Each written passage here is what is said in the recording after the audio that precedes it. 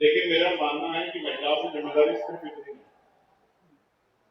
जब हम महिलाओं को आधी आबादी कहते हैं तो हम जो लोग बाबा साहब अम्बेडकर को मूल्य सामाजिक मानने वाले लोग, जिन्होंने, क्योंकि दुनिया का एक अटल सत्य ये है कि सबने जन्म तो मां से लिया है।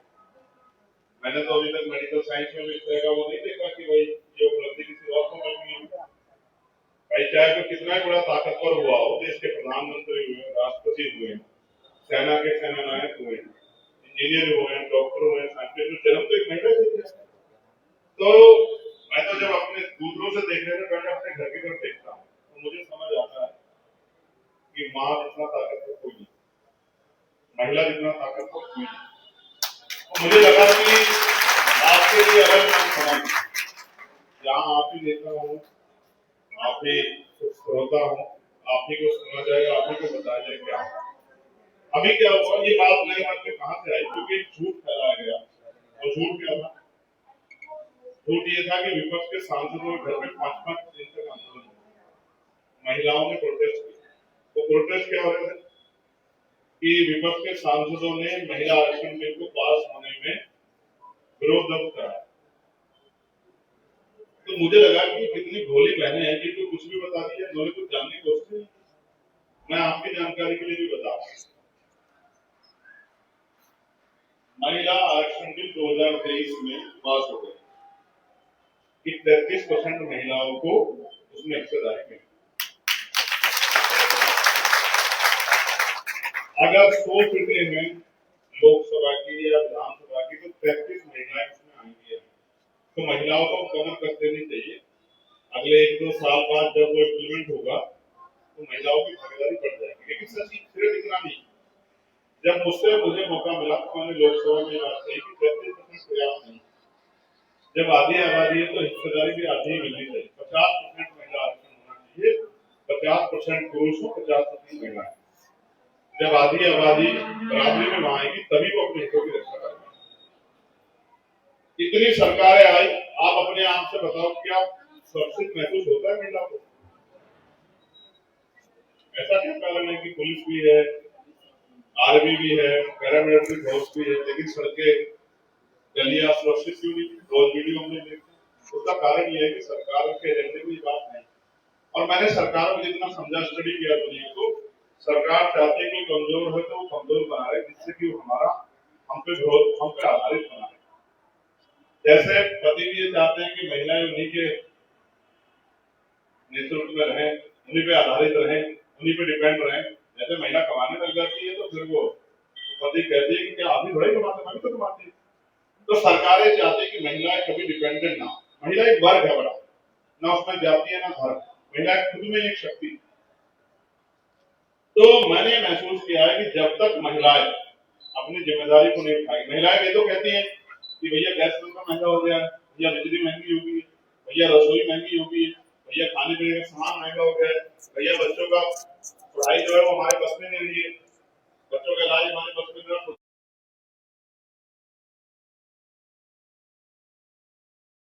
सब चीजों को ठीक करने का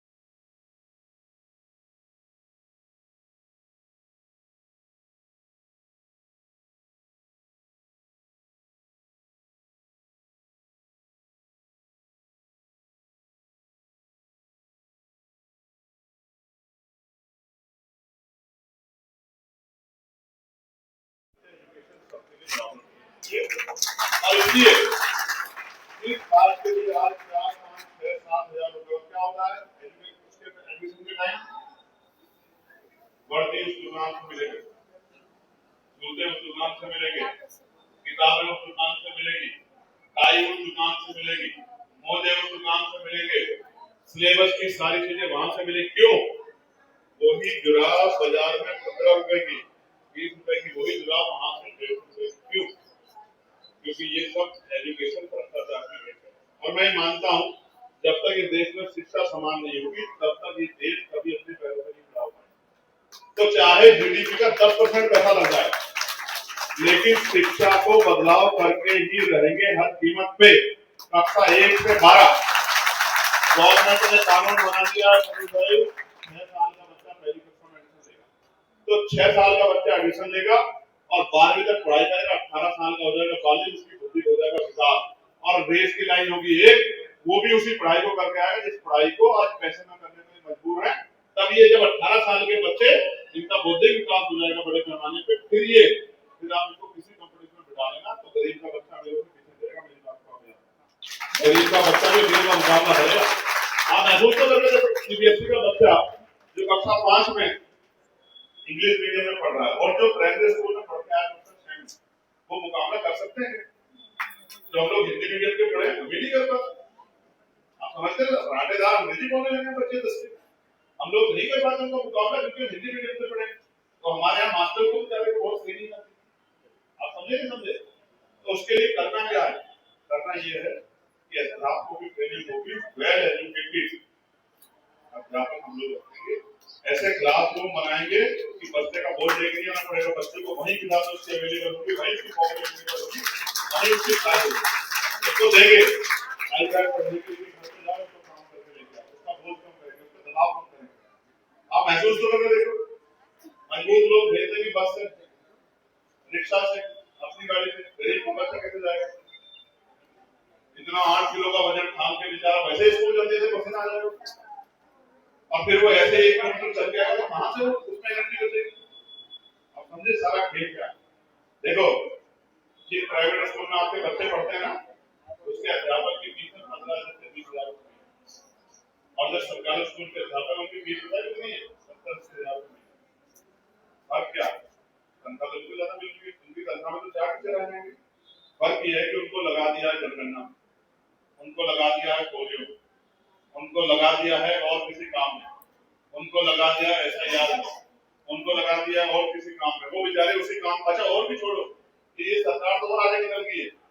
ये सरकार क्या करती है, ये तो अपनी रैलियों में, जैसे आप तो घर के लोग हैं, ये अपनी रैलियों में आशा बहनों को, आंगनबाड़ी बहनों को, भोजन माताओं को, पंचायत सहायकों को, समूह की बहनों को, और तो और जिन्होंने मकान का लाभ मिला उनको, जिनके स्कूल है उनको, सब लोगों को कहते हैं, टीचरों को कहते हैं, सहायिकाओं को कहते हैं, शिक्षा मित्रों कहते हैं, चलिए रैली में वरना नौकरी मिल जाएगी। सरकार है कहते ये तो डराने वाली सरकार, ये तो महिलाओं को, किसानों को, नौजवानों को, मजदूरों को और मजबूत बना के डरा के अपना राज करना चाहती है। और देती क्या है? 5 किलो अनाज। क्या 5 किलो अनाज जब नहीं देते तब लोग रोटी नहीं खाते थे? लेकिन 5 किलो अनाज कितने पैसे का पड़ता है बताओ? कोई एक महीने बता दो कितने पैसे का था 5 किलो अनाज? रहनिया हो घर चलाते 150 रुपए का, और सिलेंडर के कितने पैसे बढ़ाए? कमर्शियल पे बढ़ाए 893 रुपए थी, 993। आज देखो रहनिया बता रही है, आप महसूस करके देखो, एक सिलेंडर महीने में 1000 रुपए बढ़ा दिए और आपसे 150 रुपए का अनाज आपको दे दिया, और उसके अलावा टैक्स, आपने फोन खरीदा इस पर टैक्स है, आपने ये जो कैब खरीदी इस पर टैक्स है, आपने जो गले पहने इस पर टैक्स है, ये जो चश्मा पहना इस पर टैक्स है। मैं कहना नहीं चाहता, अगर आप बहनों में हूँ तो कहूंगा भाई, ये जो लिपस्टिक आप लगाते हैं इसमें टैक्स लगता है, ये जो सिंदूर आप लगाते हैं इसमें टैक्स लगता है, ये जो जूते आप पहनते हैं इसमें टैक्स लगता है, ये जो कपड़े आपने पहने इसमें टैक्स लगता है, ये जो कान में झूमर पहने इसमें टैक्स लगता है। कोई चीज ऐसी नहीं, यहाँ पानी की बोतल आई उसको उठा के देखो उसमें टैक्स, यहाँ पेट्रोल डीजल पे सेस वैट तमाम तरह के टैक्स लगे, रोड पे टोल टैक्स देते हैं, हर चीज पे टैक्स है, GST लगी हुई है। अगर कोई सामान 1 रुपए का तो उस पर पहले 28% GST थी, यानी कि 2.80 पैसे जो है वो जा रहे थे सरकार को टैक्स के रूप में। इतना टैक्स देने के बाद भी ना सुविधाएं, ना बिजली टैक्स पे बिजली का बिल क्या है आज, प्रीपेड मीटर लगाओ। और क्या कह रही थी सरकार, जितना पैसा गिरोगे उतनी बिजली मिलेगी। अब ना हो मेरे पास पैसा तो बिना बिजली के रहो, मेरे बच्चे पढ़ेंगे कहां से? क्या मेरी बूढ़ी माँ को पंखे की, एसी की हवा का अधिकार नहीं है? आप समझो तो सही क्या कर रहे हैं। ये सुविधाओं का मामला, ये उसका मामला नहीं है। जब आप पूंजीपति हो गए, धरना सेठ हो गए, करोड़ों रुपए मांग कर सकते तो गरीबों का बिजली नहीं मांग सकते। आपने सौंप दिया सारा प्राइवेट कंपनियों को कि ये खूब चूक सके, ये नहीं चलेगा, इसको रोकना पड़ेगा। और कौन रोकेगा? वो नहीं रोकेंगे, जनता रोकेगी। हम कह रहे हैं हेल्थ सिस्टम अच्छा होना चाहिए। आप बताओ, मेरी माँ बहनें कितनी बैठी, छोटे बच्चे कर रहे हैं, कोई अच्छा डॉक्टर नहीं जाते, बैठो जो देर से आए तो उनको देर, हमारी माँ कहती थी, कहते जो देर से आएगा वो कहते जागते की कटड़ी बस सोते का कटड़ा, तो जो आए देर से उनको मिलेगी पीछे जगह, बैठ जाओ बैठ। तो देखो याद करके बताओ, आप कभी बच्चे को डॉक्टर के यहाँ लेके गए? सरकारी में तो आप ले जाते नहीं, मुझे बताओ तो सरकारी ले जाते हो, प्राइवेट में मानना चाहिए? जोर से बताओ, प्राइवेट। एक बात। दूसरी बात, प्राइवेट में बच्चा जब दिखाने जाते हो या खुद के ला जाते हो, फीस पहले जो वो देखने का परामर्श बच्चा देता है, कितने पैसे का नहीं? एक जोर से बताओ। 800 से शुरुआत है। 800 शुरुआत है। अच्छा देखो, तब वो दवाई नहीं दे रहे, तब तो आप तो देख रहे कि आपको बुखार है, जुकाम है, पीठ दर्द है, कमर दर्द है, तब तो सिर्फ आपको देख रहे हैं। और पर्चा कितने का? क्या मजदूरी 800 रुपए है गरीब की? मजदूरी 250 रुपए और पर्चा 800 रुपए का। और सरकारी जो डॉक्टर है, आप समझ रहे हो, सरकारी अस्पताल का बजट कितना है? लेकिन आप सरकारी बजट अस्पताल में क्यों नहीं जाते? क्योंकि आपके दिमाग में बात बैठी कि वहाँ इलाज नहीं मिलेगा, वहां तो लंबी लाइनें लगेंगी, वहां की दवाइयां अच्छी नहीं है, वहाँ टेस्ट नहीं होगा, ये बात बैठ गई ना दिमाग में, बात जान नहीं बचेगी, वहां तो नुकसान हो जाएगा, नहीं जाते ना। लेकिन इस सरकारी सिस्टम में जाकर बड़ी बिल्डिंग बनी है, सब कुछ, इसको अच्छा नहीं बना, क्योंकि नेताओं के हॉस्पिटल में, इसलिए सरकारी हॉस्पिटल अच्छा नहीं बना। क्योंकि अगर सरकारी हॉस्पिटल अच्छा बन गया तो नेता की दुकानदारी, तो नेता यहाँ अपनी दुकानदारी चलाने के लिए काम कर रहे हैं, आपको भला करने के लिए।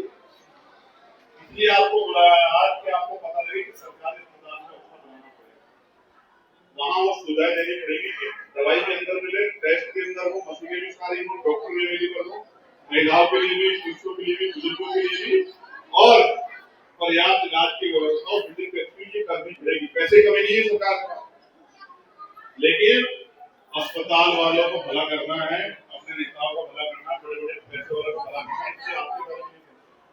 इसलिए सरकारी अस्पताल को अच्छा बनाना पड़ेगा, नहीं बनाना पड़ेगा, गरीबों के पहुंच में लाना पड़ेगा। आप बताओ, क्या पैसे कमी के कारण किसी को मरने के लिए छोड़ा जा सकता है क्या? जो मां 9 महीने बच्चे को पेट में रखती है, क्या उसको दर्द नहीं होता अपने बच्चे के लिए खोते हुए? उसको आज परसों पीड़ा होती है सड़कों पे, महिलाएं बच्चों को जन्म देती है अस्पतालों के बाहर। क्या इन महिलाओं को सम्मान का अधिकार नहीं है क्या? ये किसी के परिवार को नहीं है क्या? तो इन नेताओं ने कैसा मजाक बना के रख दिया जनता में, ये हमें समझना पड़ेगा। इन सरकारी अस्पतालों को ठीक करना पड़ेगा, इस बिजली के बिल को कमजोर करना पड़ेगा, इस बिजली के बिल को आपके बजट में लाना पड़ेगा। ये तब होगा जब आप और हम लोग मेहनत करेंगे। महिलाओं को क्यों महिला पुरुषों पर आधारित रहेंगी? महिला रोजगार क्यों नहीं कर सकती? क्या वो अपना योगदान नहीं करती टैक्स पेयर बनके? हमें महिलाओं को घर पे रोजगार देना पड़ेगा, हमें कुटीर उद्योग लगाने पड़ेंगे, उद्योगों को धंधे लगाने पड़ेंगे, हमें उनको सुरक्षा देनी पड़ेगी और उनके हाथ में पैसा पहुंचाना पड़ेगा, क्योंकि मार्केट डिपेंड है,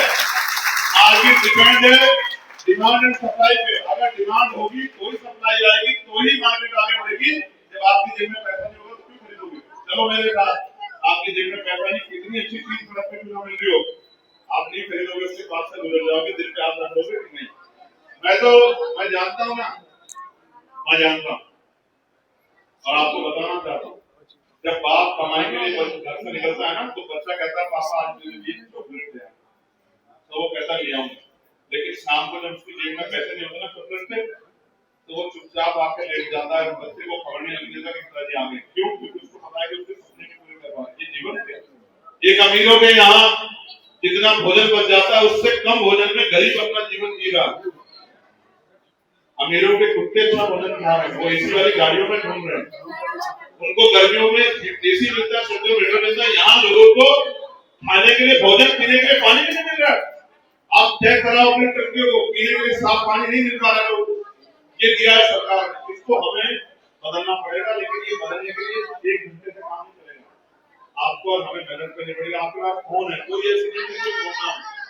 99% कोई फोन हो गए, इसका इस्तेमाल करना सीखो, अपनी बात को लिखना सीखो, अपनी बात को कहना सीखो, सवाल करना सीखो।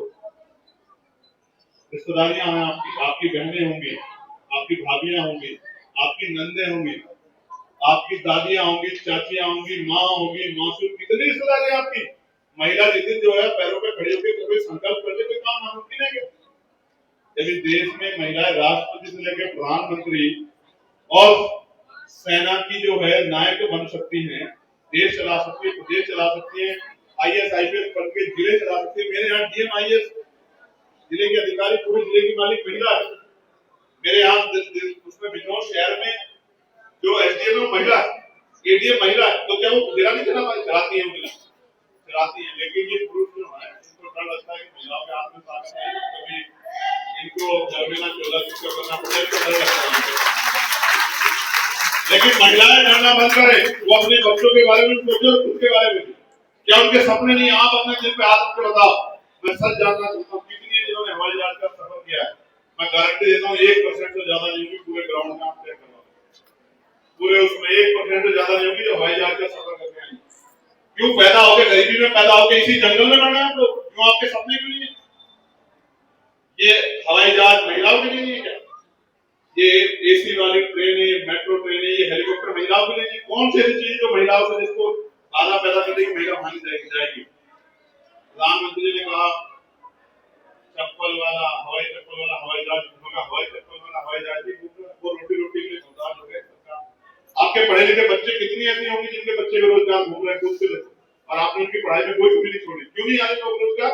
नौकरी नहीं है, नौकरी के पर्चे निकल भी जाए तो UP तक वाले मेरे भाइयों लीक हो जाते। नीट का पेपर लीक हो गया, SSC GD का पेपर लीक हो गया, पुलिस का पेपर लीक हो गया। इसका मतलब पैसे वाले और पावर वाले लोग ही नौकरियों पे रोजगार पे जाएंगे और मेहनत करने वाले सब लोग बाहर खड़े हुए कमा पड़ेंगे। क्यों? ये सारा खेल इसलिए है कि गरीब का बच्चा आगे ना बढ़ जाए, अमीर को दिक्कत नहीं। मैं आपको पूछना चाहता हूँ, कहना चाहता हूँ, मेरी एक मुद्दे में हम लोग काम कर रहे हैं, मुझे नहीं पता आप उसका समर्थन करेंगे नहीं करेंगे। मेरा ये मानना है कि देश में भारत को सबसे कमजोर अगर किसी ने किया है तो नशे 70% जो घर टूटते हैं वो नशे की वजह से टूटते हैं। 70% जो सड़क दुर्घटनाएं होती हैं वो नशे की वजह से होती है। अगर बेटा माँ के खिलाफ या पिता के खिलाफ खड़ा हो गया है तो इस नशे की वजह से खड़ा हो गया। इस नशे को हमें खत्म करना है, अपने बच्चों की रक्षा के लिए, उनके परिवारों की रक्षा के लिए, उनको सम्मान का देना। अच्छा सुनो, अमीर लोग तो गरीब क्या है, 400 रुपए कमाए और 150 की शराब पिया, अब पति ने कुछ शराब जाके उसको दे थप्पड़ दे। ठीक है, सामाजिक अपमान, ये कोई जीवन है? ये कोई जीवन है? महिला कितने के पैदा होगी, पुरुष भी छोड़ना चाहते हैं। लेकिन मैं कह रहा हूँ जब कहते ना कहावत है, ना रहेगा मांस ना बजेगी बांस।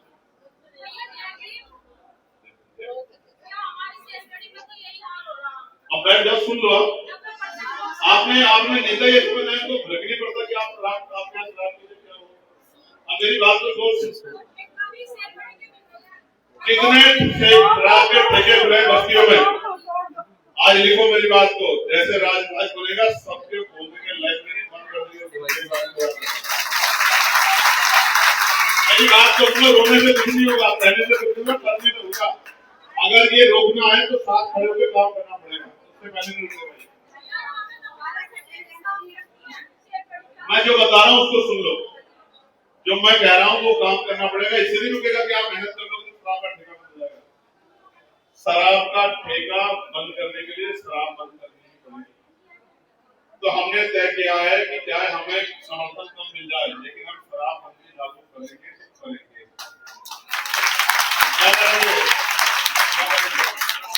शराब बंदी ना रहेगा बांध ना बनेगी। समझे? जब शराब बंदी हो जाएगी तो फिर शराब पीके कोई किसी के साथ मारपीट नहीं करेगा और कोई मरेगा नहीं।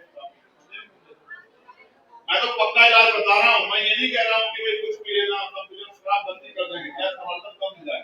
मैं आज कह रहा हूँ बचत देके कह रहा हूँ। मैं तो इस बात को जानता हूँ, मैं इस पीड़ा को जानता हूँ, तभी तो हमने निर्णय लिया कि शराब बंदी करेंगे।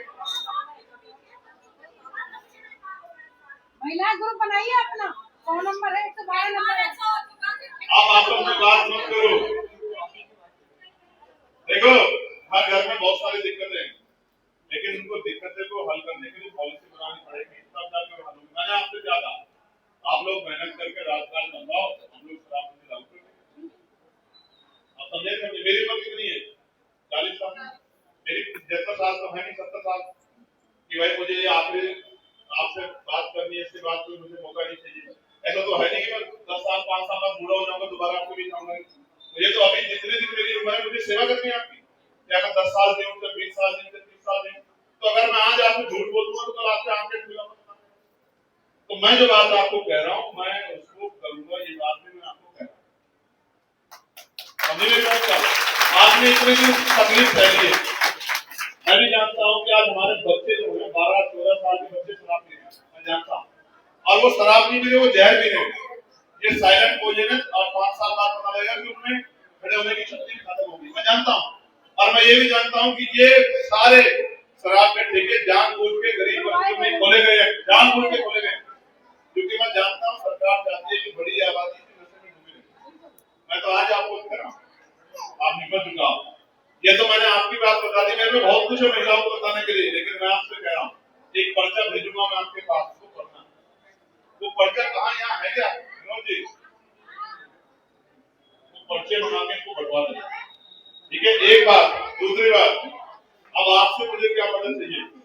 ये सारा काम फ्री में नहीं होगा क्यों भाई? फ्री में नहीं होगा, बताओ फ्री में होगा क्या सारा काम? हाँ, ये कैसे होगा सुन लो। ये बीच वाला ये रोको, बीच वाले ये अंदर रोको, अंदर रोको, हटो आप लोग खड़े रहो। पीछे वाले साथी हटो, जल्दी हटो, इंपॉर्टेंट बात करते हैं। हटो और पीछे बिठवा दो, आगे जगह जी कहां से बिठवा दो? हटो बीच में से, हमारे जल्दी हटो, खाली करो, खाली कर दो, खाली कर दो। बहुत अच्छा। मैंने यहाँ पुरुषों को कम आने से रखा, वरना कोई आगे बैठ जाए। आप कहते कि भैया मंच को महिला तो वहां पीछे बैठे। तो मैं तो सोचता हूँ आपके बारे में कि भाई जो वादा करूँ वो पक्का होना चाहिए। बताओ पक्का है नहीं है? और आप मुझे वो लड़की को बताओ, बता दूं आपके साथ। अच्छा मेरी बात गौर से सुनो। नहीं, मैं तो आपका बेटा हूँ भाई। मैं तो जब तक जिंदा मैं तो संकल्प लेके बैठा। जिस दिन मुझे गोली लगी थी ना, मैंने उस दिन मान लिया था कि मैं भी मरने वाला हूँ। अगर मैं गोली से बच गया तो इसका मतलब मेरे हाथ से भी कोई काम होना है जिससे लोगों के जीवन बदलाव आएगा। इसलिए मैं ट्राई कर रहा हूँ। जब मैं गोली से नहीं मरा तो मैं हाथ से काम नहीं बना। आप समझे मेरी बात? और सुनो, कल यात्रा रोकने के लिए एडी चोटी का जोर लगाया, मुझे बंद कर लिया, घिराव कर लिया, बैनर उतार दिए, बैनर फाड़ दिए कि मैं गुस्सा करूं। मैं गुस्सा नहीं करता, मैंने गुस्सा कम किया। मुझे लगता है जितना एनर्जी में गुस्सा करने लगा उतनी लोगों की सेवा करने लगा। मेरी लड़ाई किसी जाति धर्म आदमी से थोड़ी है, मेरी लड़ाई तो सरकार से। ये निकम्मी सरकार हटेगी तो अच्छी सरकार आएगी, अच्छी सरकार आएगी तो आपका काम। अब आप गौर से सुनो जो मैं कह रहा हूं। आपने पीड़ा बताई थी ना, मैं कहानी बता रहा हूं। 1 घंटा निकालो, जो काम करती हैं वो घर से मत जाओ, फोन निकालो, फोन करो अपनी रिश्तेदारियों में, कोई नहीं रहता, उनसे कहो कि बात हमने भाई किसी भी रिश्ते में हमने सबको जमा के देख लिया, इस बार हमें उसको मौका दें। ठीक है? बहन को, भाभी को, चाची को, ताई को, मासी को, मामी को, ननद को, सबको फोन करो, ठीक है, भाई को फोन करो, जीजा को फोन करो, सबको फोन करो। हमारे यहाँ एक कहावत है, सुनाता था, हरियाणा में कहावत, आप भी सुन लो मीडिया के लोग। जब प्रचार होता तो प्रचार कैसे होता है? वो प्रचार में कहते थे कि हर साला अपने साले को फोन करे और उससे भी कह दो कि वो भी अपने साले को फोन करे। जब सारे सालों को फोन करेंगे तो कोई साला नहीं बचेगा जहां तक और यहाँ तो कई ऐसे बैठे हैं साले जिंदा के रिश्ते वाले, कितने लोग बैठे हैं यहाँ। तो इसलिए मैं कह रहा हूँ, प्रचार, बुद्ध ने भी कहा प्रचार से बेहतर माध्यम कोई महसूस करके देखो। दरवाजे के बाहर बैठते थे बहुत खाने के लिए रोटी नहीं थी, सूखी ब्रेड खाते थे क्योंकि हम इज्जत की जिंदगी जी सके। पीने के लिए साफ पानी नहीं था, संघर्ष करते थे, सबके लिए, अपने लिए नहीं करते थे। और अपने 4 बच्चे बलिदान करके, आपके घरों में बच्चे हो, उन बच्चों को जरा सी सुई चुभा कर देखो, आपकी सांसें बढ़ जाएंगी माओ की। मैं जानता हूँ माओ के अपने 4 बच्चे बलिदान कर दे बाबा साहब ने कि हमें इज्जत की जिंदगी मिले, और उन बाबा साहब का सपना अधूरा है। हम लोग चैन से नहीं सो सकते हैं। अगर हम उनकी असली औलादे हैं तो हमें घर से निकल के काम करना चाहिए। और चलो हम खुश हैं, हम में से कुछ परिवार खुश है, क्या सारे लोग खुश हैं? संजय बाद में बंटवाएंगे, दे दो बेटियों को, दे दो, बांट देंगे, अभी लेकर रखो, इनको दे दो, नौकरी को हम बंटवा देंगे और बढ़ा दो। अभी बहुत सारे दे देंगे, 400-500 की बढ़वा दो। मेरी बात पर गौर करो, कितने परिवार है जो सम्मान का जीवन प्राप्त करे। चलो यहाँ से निकल के गाँव की तरफ चल के देखो तो आपको पता लगेगा आज भी पक्की सड़कें नहीं, आपको पता लगेगा आज भी उनके घर में प्लास्टर नहीं, पंखे नहीं, कूलर नहीं है, वो गर्मी में सड़ रहे हैं, मर रहे हैं, चूल्हे में फूक रहे हैं, ठीक है, पूरे दिन मेहनत करते हैं, रात को सो भी नहीं पाते। और माँ जितने बच्चों को पालती है 9 महीने पेट में रख के, और सिर्फ 9 महीने नहीं, उसके पैदा होने के बाद जब तक वो बोलना चलना नहीं सीखता, खाना सीखता, तब तक वो सोती नहीं है। मैं तो मैंने जीवन देख रहा हूँ, ठीक है, वो उस बच्चे से ज्यादा कष्ट सहती है कि वो किसी भी समय उठ जाता है, पूरे दिन काम से थकी हुई, अचानक से उठ गया, उसके साथ जाग रही है, वो रात भर जाग रहा तो रात भर जाग रही है, ना अपने सोने की, ना अपनी सेहत की, ना अपने खाने की, ना पीने की। इस जिंदगी को अच्छी कैसे बनाओगे? उसका तरीका ये है कि आपको मुझे मिलकर काम करना पड़ेगा। और मैं फिर कह रहा हूँ, प्रचार के अलावा कोई रास्ता, टीवी ना दिखाए, अखबार ना दिखाए, ये इतना बड़ा मुंह दिया है, बोलो, गली में खड़े होकर बोलो, छत पे खड़े होकर बोलो, फोन पे बोलो, आकर बोलो, जाकर बोलो, जहां मौका मिले बोलो, और सबसे कहो कि आपने सबको आजमा लिया, एक मौका हमारे भाई को, एक मौका हमें तो देखो कैसे पता होता। और मैं आज कह रहा हूँ, फिर सुन लो मेरी बात, एक बार मरूंगा मैं, बार-बार नहीं मरूंगा, लेकिन जब तक मैं जीऊंगा तब तक मैं रुकूंगा नहीं। और मैं इनसे नहीं लड़ता, सरकार के लोगों से मेरा चैलेंज है, ये मुझे गोली मार के रोक सकते हैं, ये मेरे पैरों को नहीं रोक सकते। जैसे उन्होंने यात्रा रोकी थी ना, मैं पैदल चला जाऊंगा सब कुछ छोड़ के। और मैं इस लड़ाई को लड़ने के लिए जो हमारे महापुरुषों ने सब कुछ बलिदान किया, मैं सब कुछ छोड़ सकता हूँ। मैं अपना परिवार भी छोड़ सकता हूँ, अपना सुख चैन भी सब कुछ छोड़ सकता हूँ, क्योंकि मैं डॉक्टर बाबा साहब अम्बेडकर का अनुयायी, याद रखना मेरी बात, ये मुझे नहीं रोक सकते, ये सारे मिलकर नहीं रोक सकते, ये मेरे मुकाबले काम नहीं कर सकते। मैं झूठ से नहीं जीता, मैं जो आज कह रहा हूँ, मैंने जो पर्चा लिखा इसको मैं करूंगा, आपके आशीर्वाद से, आपके प्यार से मैं इसको करूंगा। जो मैंने पर्चा लिखा 32 बिंदु है इसमें, और ये 32 बिंदु जिस दिन होंगे उत्तर प्रदेश में, मैं कहता हूँ आपके आंख में आंसू नहीं आएगा, मेरी बात को आप लिखवा दो। मैं आपको 5 किलो राशन नहीं लिखा मैंने उसमें, लेकिन मैंने लिखा कि आपके पढ़े लिखे बच्चों को इतना काबिल बनाएंगे कि 50,000 रुपए का रोजगार करेंगे। मेरी बात को आप याद रखें, मैं घरों तक रोजगार पहुंचाऊंगा महिलाओं को। आप देखना, जब आपकी जेब में 20,000 रुपए होंगे तो आपको इस 1,000 रुपए संकट में दुखेगा, याद रखना मेरी बात को। तो बहुत कुछ है जो करना है, लेकिन वो होगा तभी जब आप लोगों का आशीर्वाद मिलेगा, सकते नहीं। तो बोलना सीखो।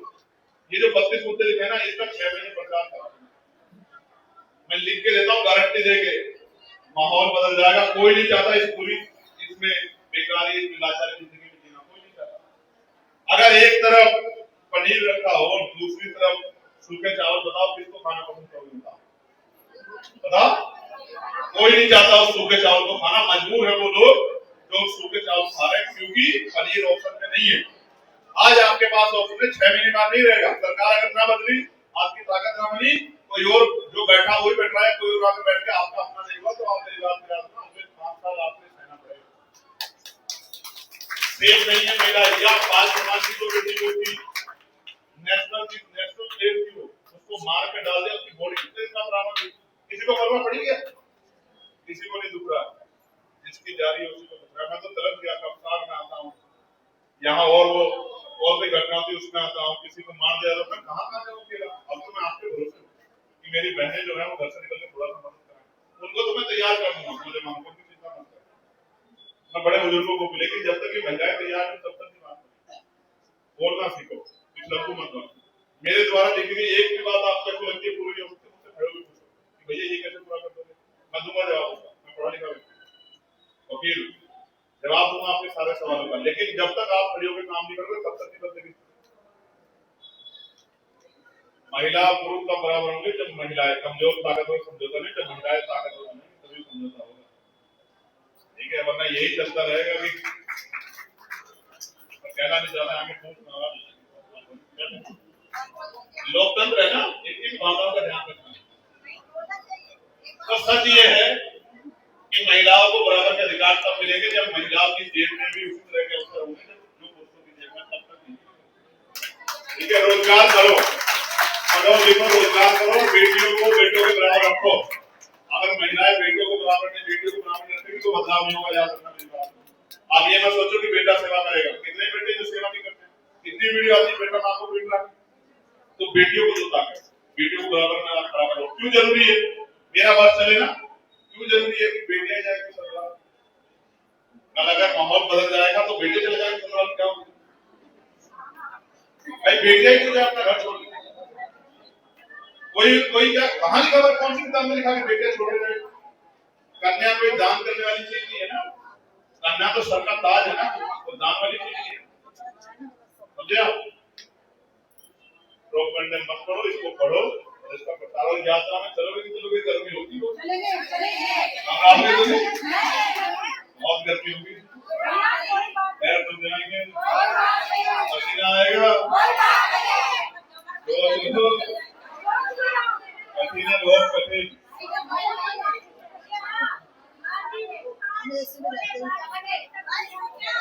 वहाँ कार्यक्रम तैयार है,